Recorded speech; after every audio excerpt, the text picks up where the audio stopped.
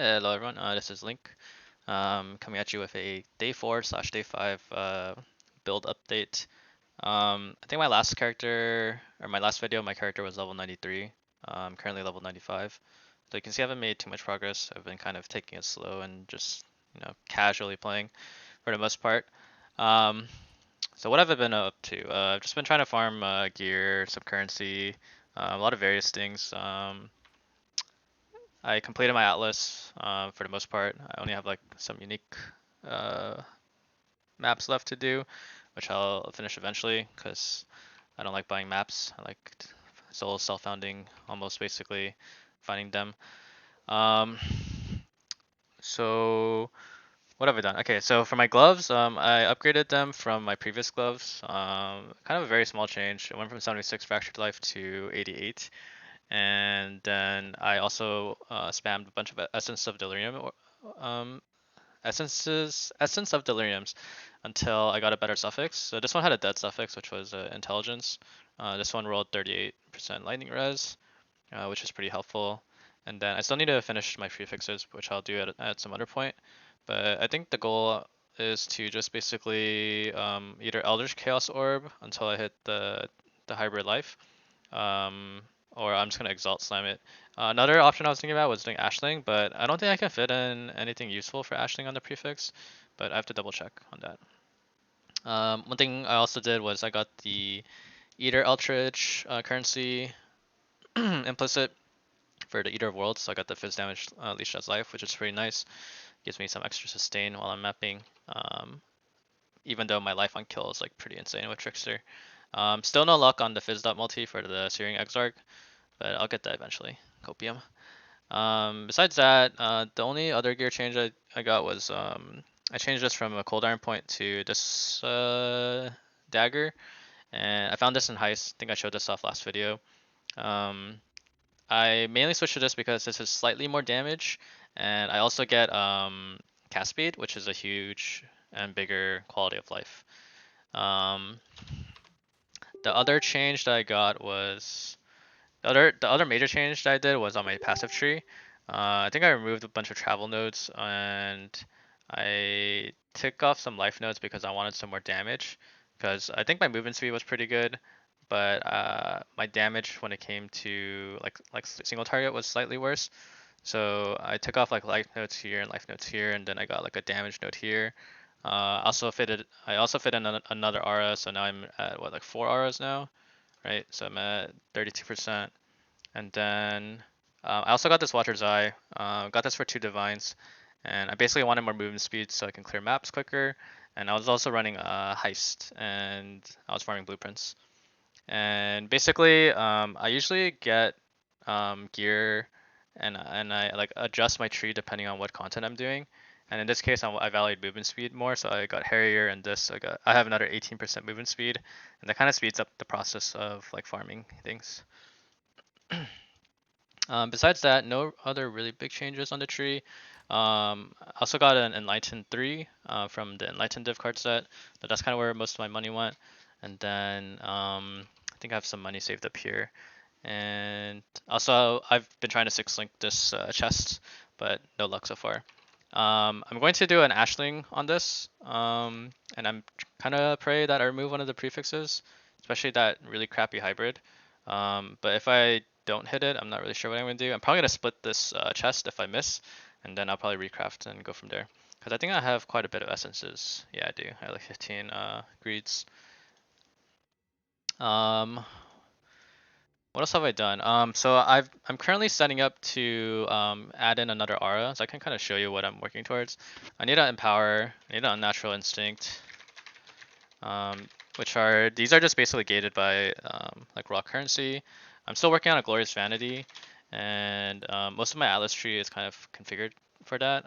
So I have a couple of emblems, but I've just been lazy and not farming maps, um, and that's why I have all these legion nodes over here for my atlas tree. And so Glorious Vanity will give me huge boost in survivability. Unnatural Instinct will give me a lot of damage. Empower will give me damage, and it'll allow me to swap off of Reap and just go pure Exsanguinate. Um, One thing that I got was an Exsanguinate 21 gem, which is pretty nice, and then I'm gonna be leveling another set so I can get the 2120 Exsanguinate gems. Reaper's still level 20, but that's gonna be gone eventually. So after all these three, what I'm gonna be working on is probably maybe a better ring, or no, I think I'm going to go for a better 6-link chest, and this is probably gonna be where I'm gonna go for ailment immunity. And the way I'm gonna get ailment immunity is 30% from boots, and then another 30, like 25 to 35% from boot implicit, and then I get another 35% from chest. And this is from the Ashling mod. And that's kind of where I'm gonna go for ailment immunity, and this will allow me to drop this flask charge or flask suffix, and that's gonna be huge because I get to fit in like I don't know, cast speed, movement speed. Movement speed is good too. I'm sure there's something else that's good that I can't think of, but yeah. And then there might be a chance where I can drop Brian King as well if I get ailment immunity. I'm not too sure. Hell, I'll have to see. Thinking about going Arakali as well. That's possibility. That's a possibility. But yeah, we'll see. I also need more levels, if I'm gonna fit it on natural instinct and stuff. Other things I've been thinking about was potentially getting intuitive leap, so I can drop some travel points here, and then traveling this way and picking up overcharged. So that way I can get frenzy charge and endurance charge while I'm mapping. So that'll give me a boost in damage and survivability. But not sure exactly how that's gonna pan out. One thing I also need to do is get a new helm with enchant. And basically, I have this fractured base, so it's a Praetor Crown.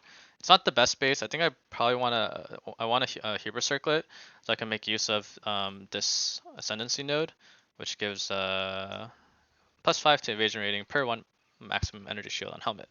So this is only giving me what 400?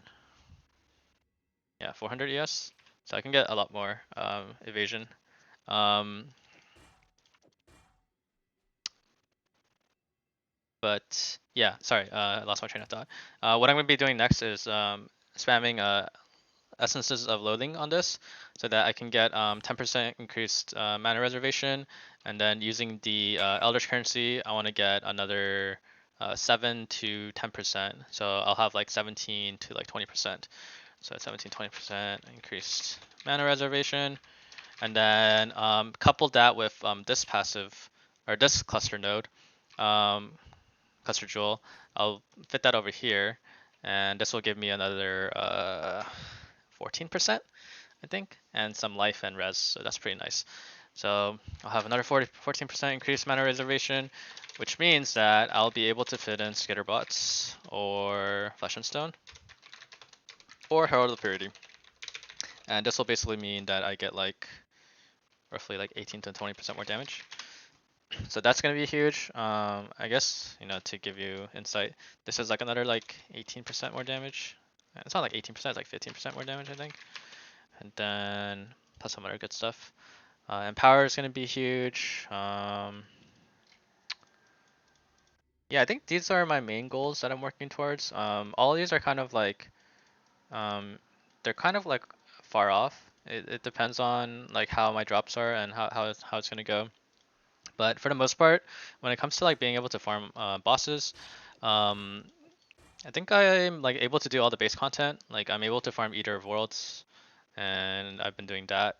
And I'm not sure about Searing Exarch. Searing Exarch might be scary because of the ball phase, but there's no need to really farm him. So, and then finally, the other thing I need to do is try to fit in Divergent Malevolence with Divine Blessing. And the way you do this is I need Anomalous increased duration support, and I need Divergent Inspiration support. And using these two in combination will allow my Malevolence plus Divine Blessing to basically cost 0 mana. And I get 0 mana cost from using like reduced cost of skills from here, like Tireless, and the Anomalous support gems. And then eventually I'll also have the Ringcraft, which is here, which also gives you reduced mana cost of skills. So couple that like 10% from rings, and then you'll be able to make the mana cost basically 0.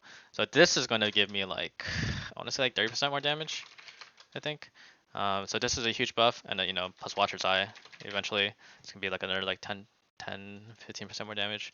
Um, so yeah, that's kind of where I'm at. So I'm farming these things right now. Farming heist, contracts, blueprints, gem blueprints, and then I'm farming harvest because I'm gonna be needing a lot of fractures.